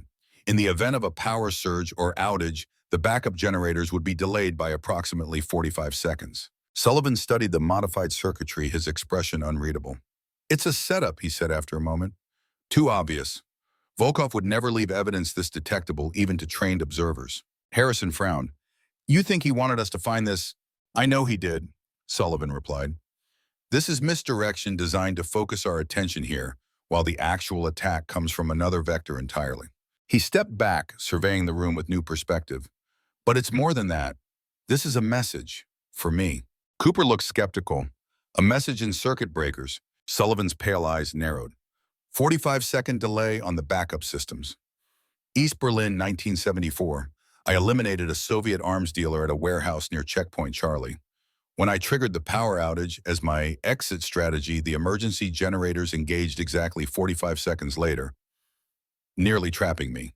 It was the closest Volkov ever came to catching me during an operation. He turned to Harrison. He's telling me he remembers, that he's been studying my old operations looking for patterns. Harrison absorbed this soberly. So where's the real attack coming from? Sullivan was already moving toward the exit. Not from Captain. Through, Volkov doesn't think in terms of single points of vulnerability. He creates systems of cascading effects. He paused at the doorway. Where are the water main access points for the summit venue? 10 minutes later, they were reviewing city utility maps with German BND liaison officers. Sullivan identified 3 critical junctures where the century-old water system interfaced with modern infrastructure. These are your vulnerable points, he explained to the assembled team. Not for explosive devices, but for introduction of control systems. Smart valves, remote monitoring nodes, anything that would allow external manipulation of water pressure or flow. The BND commander looked doubtful. The water system, with respect, Mr. Sullivan, we focused our counterterrorism efforts on explosives, chemical agents, in direct assault scenarios. How could the water infrastructure facilitate an attack? Sullivan's response was measured but firm. Commander Weber Mikhail Volkov doesn't think like a terrorist. He thinks like a systems engineer. Create enough pressure in the right places, then release it simultaneously, and you can cause structural damage more devastating than conventional explosives with the added benefit of plausible deniability. It would appear as infrastructure failure, not an attack. Harrison watched as understanding dawned on the German officer's face. Sullivan wasn't describing theoretical vulnerabilities. He was revealing an actual attack plan, one sophisticated enough that conventional security protocols would never have detected it. We'll need specialized teams at all 3 junctions, Weber said, reaching for his secure phone, and full access to the monitoring systems. As the Germans mobilized their resources, Sullivan drew Harrison aside. They won't find anything, he said quietly. Harrison looked puzzled. You just convinced them. I convinced them of a plausible attack vector, Sullivan clarified. One that Volkov might have used 20 years ago, but he knows I'd recognize it. This is still part of the game. Then what's the actual plan? Harrison asked, frustration edging his voice. Sullivan's expression remained impassive. I don't know yet, but I'm starting to see the pattern. Volkov is recreating elements from our past confrontations, the power system tampering, the water infrastructure. He's building a mosaic of our shared history. He checked his watch. Where's Cooper now? Establishing overwatch positions with the rest of the team, we have coverage of all approaches to the summit venue. Sullivan nodded. Good, but I want him on something else. Have him meet us at Alexanderplatz in 30 minutes. As they departed, Commander Weber approached with a file folder. Mr. Sullivan, General Maxwell forwarded this from Washington. He said you'd been expecting it. Sullivan accepted the folder without comment, waiting until they were alone in the vehicle before opening it. Inside was a single black and white photograph, an elderly man walking with a cane through what appeared to be a Berlin park. The image was recent timestamped just 2 days earlier. Volkov, Harrison observed, studying the photograph. He's not hiding. No, Sullivan agreed, his voice tight. He wants to be found, or more specifically, he wants me to find him. The photo showed a man transformed by age, yet still recognizable from the surveillance images they'd reviewed at Fort Bragg. The sharp Slavic features had softened somewhat, the predator's intensity muted by time. But there was something in the set of his shoulders, the precise economy of his movements, even captured in still frame, that spoke of undiminished capability. He's carrying a cane, Harrison noted. Weakness or deception? Sullivan's mouth tightened in what might have been a smile. With Volkov, everything has dual purpose. The cane is both genuine physical aid and potential weapon. I'd wager the handle conceals a blade or garrote. He studied the background of the image more closely. This location is significant. Volkspark Friedrichshain. It's where Soviet war memorials stand monuments to the Red Army's victory over Nazi Germany. Symbolic choice, Harrison observed. Everything Volkov does is symbolic, Sullivan replied, but also practical. The park offers excellent sight lines, multiple exit routes, and enough civilian traffic to provide cover without hindrance. He tapped the photograph. This isn't accidental. He's establishing the battlefield, drawing me to ground of his choosing. Harrison frowned. It could be a trap. It is absolutely a trap, Sullivan confirmed without hesitation. The question isn't whether Volkov is setting a trap, but how many layers it contains and what he expects me to do about it. They drove in silence for several minutes. Sullivan lost in calculation. Harrison respectful of the older man's concentration. Finally, Sullivan spoke again. Change of plans. Take me to the park, alone. Harrison's protest was immediate. Sir, that's not advisable. We should maintain team integrity and... This is personal. Sullivan interrupted, his voice carrying an edge of steel that hadn't been present before. Volkov and I started this dance 40 years ago. We'll finish it the same way, face to face. Something in his tone silenced further objection. Harrison redirected the driver, then made a call to Cooper, instructing him to establish surveillance at the park rather than Alexanderplatz. The Volkspark spread before them in autumn splendor, centuries-old trees shedding amber and crimson leaves onto winding pathways. Sunday afternoon visitors strolled, leisurely families with children, elderly couples, tourists photographing the Soviet war memorials. Nothing suggested imminent threat or clandestine meeting. Drop me at the east entrance, Sullivan instructed, then establish a perimeter with Cooper. No direct intervention unless I give the signal. And what signal would that be? Harrison asked, checking his sidearm. Sullivan's weathered face betrayed a flicker of dark humor. You'll know it if you see it. He exited the vehicle carrying nothing but his wooden walking staff, the same one he'd used during their field training exercise. The bow and arrows remained secured in their case, locked in the vehicle's trunk. Against all tactical doctrine, Sullivan was approaching a potential confrontation with a known lethal operative, effectively unarmed. Harrison watched with growing unease as the elderly archer walked steadily into the park, disappearing among the Sunday crowds. He activated his secure comlink. Cooper, do you have eyes on Sullivan? Affirmative, came the terse reply. He's approaching the central plaza. No sign of the target yet. Maintain overwatch. No engagement without direct order. Understood. Sullivan moved through the park with the unhurried confidence of a man enjoying an afternoon stroll. His eyes, however, missed nothing, continuously scanning faces, hands, postures, identifying potential threats, and dismissing them with practiced efficiency. 4 decades of fieldcraft had made such assessment as natural as breathing. He knew Volkov would be watching. The question wasn't if his old adversary was present, but from where he was observing and what he expected Sullivan to do. The central plaza opened before him, a circular space with benches arranged around a fountain, currently dry for the autumn season. Soviet-era statuary loomed nearby, heroic figures frozen in idealized struggle. Sullivan chose a bench facing east, positioned to keep the majority of the plaza in his field of view, and sat down. He didn't have to wait long. The ghost arrow, came a voice from behind him, accented but impeccable English, the tone carrying equal measures of respect and animosity. Still hunting after all these years? Sullivan didn't turn, didn't need to. He recognized the voice despite the decades that had passed since he'd last heard it. I retired, he replied evenly. As did you, I thought. Mikhail Volkov moved into view, leaning heavily on his cane as he circled around to face Sullivan. Age had weathered him just as it had Sullivan white hair. Where once black had been deep lines carving his face, the powerful frame of his youth diminished, but still substantial. His eyes, however, remained unchanged, cold, calculating, alert to every nuance of his environment. Did either of us truly retire? Volkov asked, lowering himself carefully onto the bench opposite Sullivan. Or did we simply wait? I've often wondered which of us was truly the hunter and which the prey luring the other onward. Sullivan studied his old adversary with clinical detachment. You've gone to considerable trouble to arrange this meeting, Mikhail. Power systems, water infrastructure, breadcrumbs leading me to you. Why? Volkov smiled thinly. Professional curiosity. I wanted to see what time had done to the man who put an arrow through my shoulder in East Berlin. The man who nearly ended me in '89. He adjusted his position, a subtle wince suggesting genuine physical discomfort rather than theatrical display. And perhaps a certain sentimentality.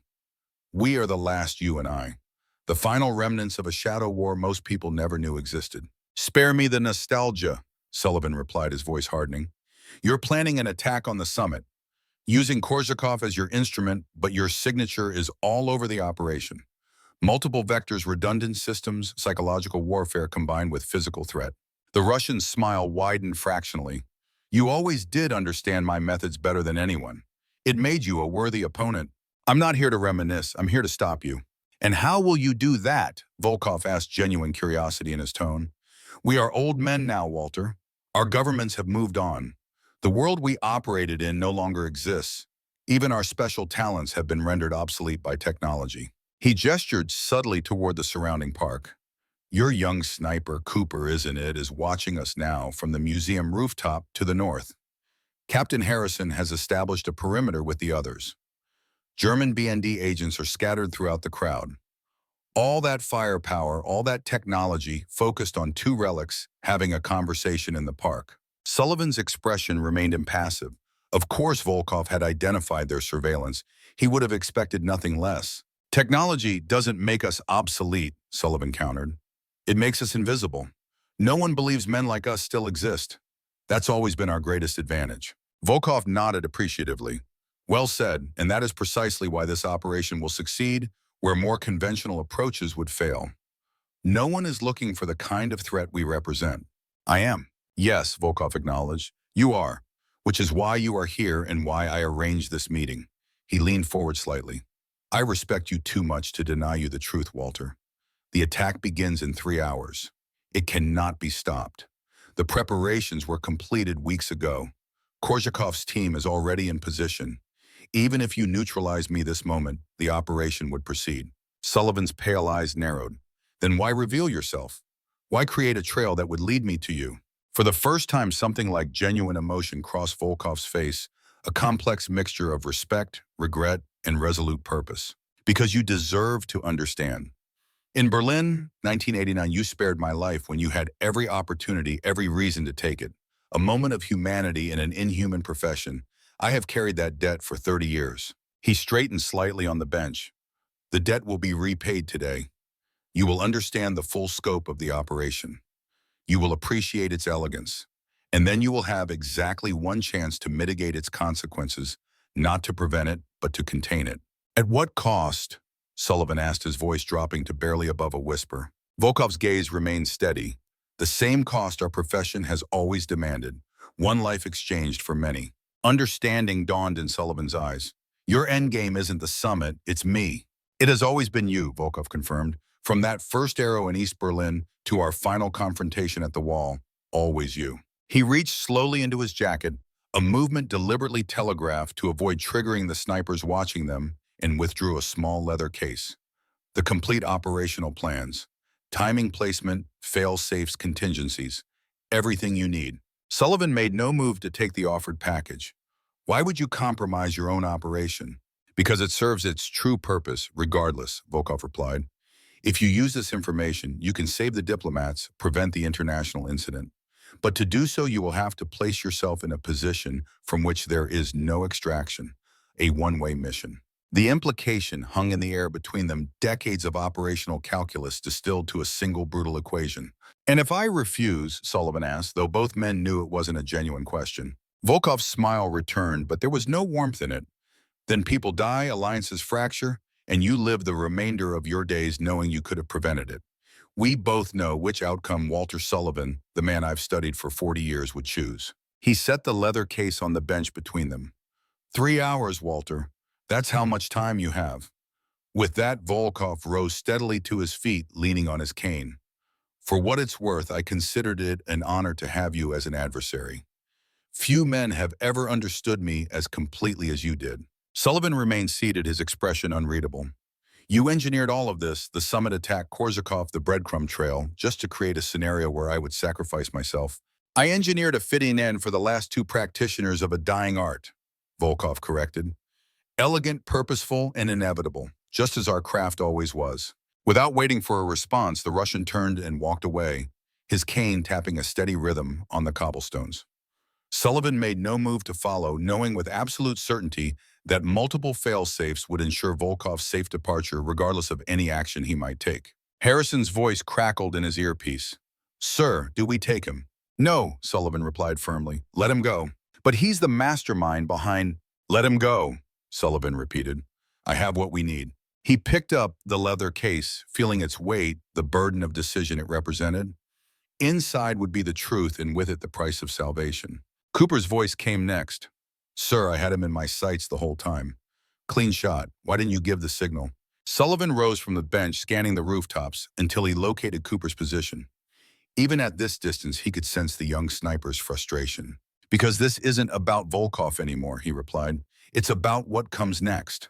20 minutes later, the team had regrouped in their secure operations center, a converted apartment 3 blocks from the summit venue. Sullivan spread the contents of Volkov's case across the table, detailed schematics, timetables, photographs of key personnel, including Korsakov, and technical specifications for what appeared to be a sophisticated dispersal system. It's not an explosive device, Sullivan explained, examining the diagrams. It's an aerosol delivery platform disguised as part of the ventilation system, designed to release a psychoactive compound into the main conference hall precisely when all heads of state are present. Harrison studied the chemical formulas. Not lethal. Worse, Sullivan replied grimly. It's a next-generation hallucinogen combined with a fear-amplifying compound. Non-lethal but profoundly incapacitating. Imagine the world's most powerful leaders simultaneously experiencing extreme paranoia and hallucinations while surrounded by armed security details who would react to protect them. Cooper's eyes widened as the implications became clear. A bloodbath. Security teams would perceive threats everywhere.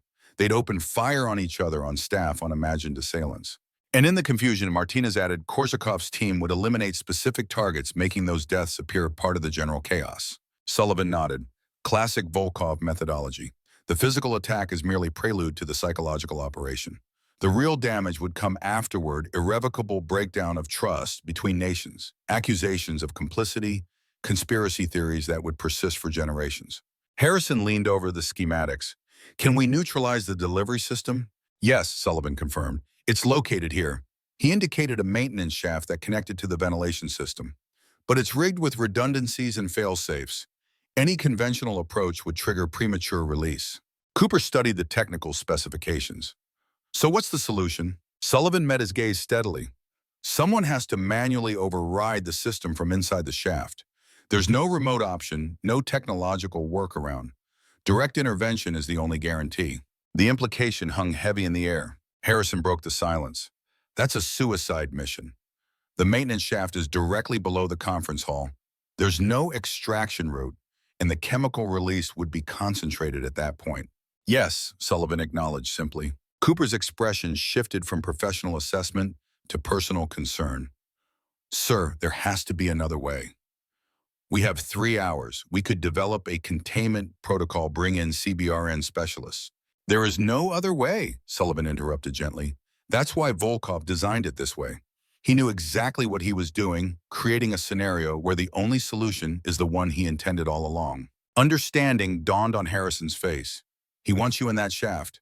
This whole operation, it's designed to force your hand. Sullivan nodded. 40 years of shadow warfare distilled to a final checkmate, elegantly conceived and perfectly executed. A ghost of a smile touched his lips. I would have done the same in his position. No, Cooper said firmly, surprising everyone with his vehemence. We don't accept his rules, we find another solution. Sullivan regarded the young sniper with newfound appreciation. The arrogant specialist who had mocked an old man with a bow just days ago had been transformed not just by training, but by recognition of something deeper. Cooper, Sullivan said quietly, some problems don't have technological solutions. Sometimes the only answer is the oldest one life exchange for many. The team fell silent, the weight of inevitability settling over them. Sullivan continued reviewing the materials, identifying key elements of Volkov's plan, methodically dismantling the architecture of deception his old adversary had constructed. With each revelation, the elegant brutality of the trap became clearer, a masterpiece of operational design built specifically for an audience of one. After nearly an hour of analysis, Sullivan's straightened decision made. I'll need access to the maintenance level 30 minutes before the delegates arrive. Harrison coordinate with BND for credentials and access. Martinez prepare a containment protocol for the shaft entrance, something that will buy additional seconds after I'm inside. He turned to Cooper. I need you on Overwatch. There will be a secondary team insurance Volkov built into the system. They'll move to implement a backup plan the moment they realize the primary is compromised. You'll need to identify and neutralize them without compromising your position. Cooper's protest was immediate. Sir, I should go with you. You train me in your techniques. You can serve where your talents are most needed. Sullivan interrupted, his tone brooking no argument. This isn't about skill, Cooper. It's about completing the story that began long before you were born. He placed a hand on the younger man's shoulder, a gesture so uncharacteristic that it silenced further objection. Besides, I have one last lesson to teach you, perhaps the most important one. As the team dispersed to prepare, Harrison remained behind. You anticipated this, didn't you? Even before we left Fort Bragg, Sullivan's weathered face revealed nothing. I anticipated something like it. Volkov and I have been reading each other's moves for decades. There was always going to be a final confrontation. But this way, Harrison began, is fitting, Sullivan finished for him. Clean, purposeful, the culmination of a lifetime's work. He gazed out the window toward the Berlin skyline where the glass dome of the Reichstag gleamed in the afternoon sun. We are the last practitioners of a craft that has no place in the modern world, Captain. Ghosts that lingered too long after our war ended. Harrison struggled to find an appropriate response. Military protocol offered no guidance for this situation, a legendary operative willingly walking into certain death to prevent a catastrophe only he fully understood. It's been an honor, sir, he said finally. Sullivan turned from the window, something like warmth briefly animating his pale eyes. The honor has been mine. Seeing the next generation Cooper especially. Rough edges but remarkable potential. He reached into his pocket and withdrew a small leather pouch. Give him this afterward. He'll understand what it means. Harrison accepted the pouch without opening it, recognizing the gravity of the trust being placed in him. As twilight descended on Berlin, the final preparations were made. Sullivan changed into nondescript maintenance coveralls that would allow him access to the restricted areas beneath the conference center. He carried no weapons, no communication devices, nothing that might trigger security protocols or alert Volkov's surveillance. His bow and arrows remained behind artifacts of a different era, no longer relevant to the mission at hand. Cooper had watched silently as Sullivan carefully unstrung the U-long bow one final time, his movements carrying the reverent precision of a ritual completed countless times over decades. Will you tell me now, Cooper asked as Sullivan prepared to depart, what you were going to teach me? The final lesson. Sullivan paused, regarding the young sniper with an appraising gaze. You already know it, Cooper. You've known since that first impossible shot on the range. The wind, Cooper guessed. Working with nature instead of against it. Partly, Sullivan acknowledged. But more fundamentally, the understanding that the most powerful weapon isn't your rifle or my bow. It's the willingness to take the shot that no one else can. The recognition that some problems can only be solved through direct personal intervention, regardless of the cost. He stepped closer, his voice dropping to ensure only Cooper could hear. Technology evolves, tactics change, But the core of what we do remains constant, placing ourselves between harm and those we're sworn to protect, sometimes literally. Cooper's expression tightened with emotion he couldn't quite suppress. There has to be another way. There isn't, Sullivan replied gently. And that's the final lesson. Accepting that some situations offer no clever solutions, no technological workarounds, just the stark choice between action and inaction with all their attendant consequences. He extended his hand. Cooper grasped it firmly, the handshake conveying what words could not. Remember what I taught you about the wind, Sullivan said. It speaks if you know how to listen. With that, he turned and walked away, his tall figure receding into the gathering darkness of a Berlin evening, a ghost returning to the shadows where he had spent his operational life. Harrison joined Cooper at the window, watching until Sullivan disappeared from view. He gave me something for you, the captain said, offering the small leather pouch. For after. Cooper opened it carefully. Inside lay a single arrow fletching a goose feather, meticulously trimmed and shaped by hand. Attached to it was a small metal object that Cooper recognized immediately, the custom titanium firing pin from Sullivan's Artemis-era equipment. The symbolism was unmistakable. The past and future of their craft entrusted to the next generation. Get to your position, Harrison ordered quietly. We honor him by completing the mission. Cooper secured the pouch in his breast pocket directly over his heart and moved to retrieve his rifle. In the maintenance tunnels beneath the conference center, Walter Sullivan navigated the labyrinthine passages with the sure-footed confidence of a man who had studied the blueprints until they were imprinted on his memory. Security checkpoints had been navigated with the credentials Harrison had procured, each guard unaware of the quiet significance of the elderly maintenance worker passing through their stations. Sullivan knew Volkov would be watching not personally, but through the elaborate surveillance network he would have established throughout the facility. His old adversary would be expecting this approach, would have anticipated each move just as Sullivan had anticipated his. Their final game of chess was reaching its conclusion exactly as Volkov had designed. The maintenance shaft that housed the dispersal system appeared unremarkable, just another utility access point in a building full of them. But Sullivan recognized the subtle signs of tampering, the nearly invisible evidence that the standard equipment had been modified. He checked his watch. 22 minutes until the delegates would enter the conference hall above. Time enough to complete what he had come to do. Opening the access panel revealed the intricate mechanism Volkov had described, a sophisticated aerosol system disguised as environmental monitoring equipment. Sullivan identified the primary trigger mechanism, the redundant backup systems, the tamper-proof fail-safes that would activate if conventional disarming techniques were attempted. Just as Volkov had said, there was only one way to neutralize it: manual override from inside the shaft after the access panel was sealed. A one-way journey. Sullivan removed the small toolkit from his coveralls and set to work with the methodical precision that had defined his operational career. Each movement was economical, focused, deliberate, the actions of a man who had spent a lifetime perfecting his craft. As he worked, his mind drifted briefly to Cooper, the young sniper's journey from arrogance to understanding the potential he represented for a new generation of operators who might balance technology with the timeless skills Sullivan had spent his life mastering. The final override would require Sullivan to enter the narrow shaft and seal it behind him. Once inside, he would have approximately 90 seconds to complete the neutralization process before the chemical agent was released into the confined space. There would be no protective equipment, no extraction plan, no miraculous escape. It was as Volkov had designed it, the perfect terminus for their decades-long contest, a final demonstration of the principle that had guided both their careers, the willingness to sacrifice everything for operational success. Sullivan made the necessary preparations, setting each component in its place, creating the sequence that would allow him just enough time to complete his task. When everything was ready, he paused for a moment of quiet reflection. Not on his own mortality that had been a companion throughout his career, always present, but never feared. Instead, he reflected on the symmetry Volkov had created, the elegant conclusion to their shadow war. There was a certain beauty to it, a completion that seemed fitting.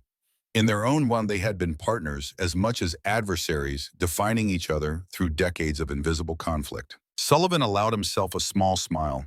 In his final operation, he would defeat Volkov not by outthinking him, but by accepting the role his old adversary had designed for him, walking willingly into the trap with full knowledge of its consequences.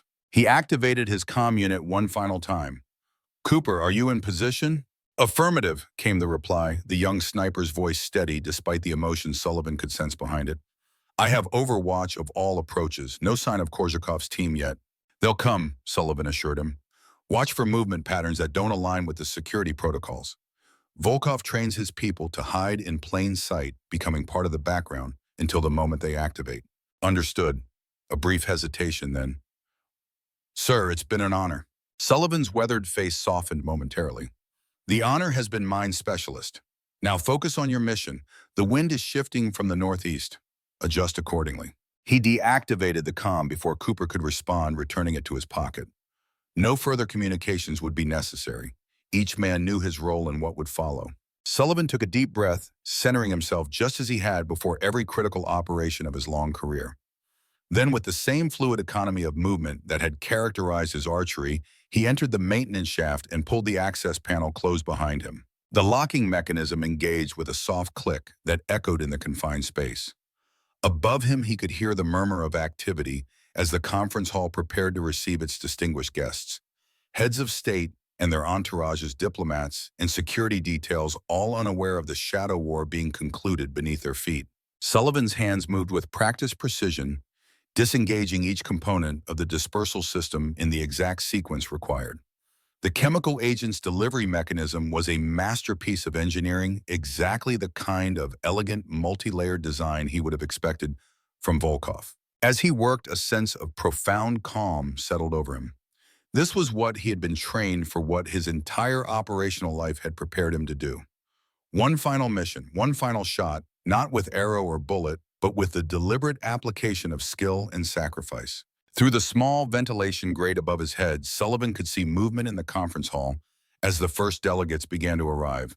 Time was growing short.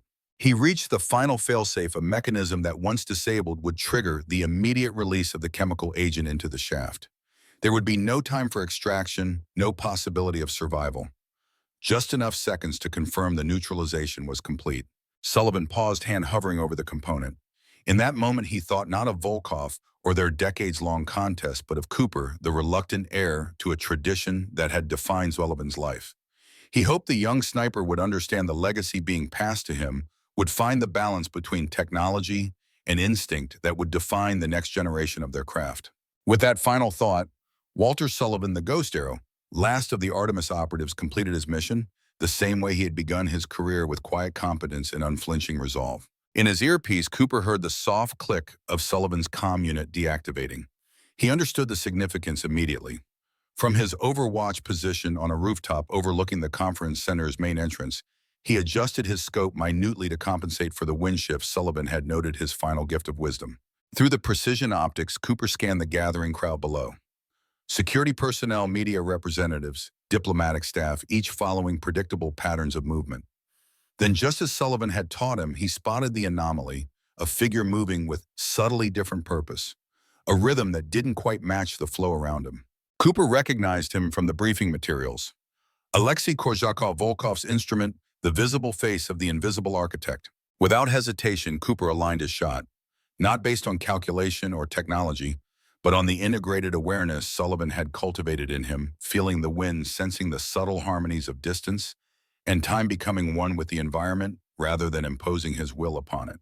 He exhaled slowly, finger taking up the trigger, slack with measured pressure. "This one's for you, old man," he whispered, and took the shot that Walter Sullivan had trained him to make, the impossible shot that would complete the mission his mentor had begun. In that moment, Cooper understood the final lesson. The wind spoke, and he had learned to listen.